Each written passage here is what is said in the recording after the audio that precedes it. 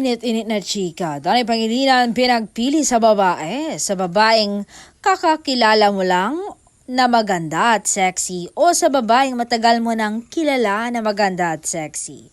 Proud niya niyang sinagot ang Marites. Ang Marites ay napanganga. Siyempre, sa kilala ko na maganda at sexy. Kay Bel lang ako. Kahit sinong artista o Hollywood artist ang ilaban nyo yan, nag-iisa lang nasa puso ko, hindi magbabago yan. Ang labanan rito ay yung makakahanap ka talaga ng tapat at totoo na magmamahal sa'yo.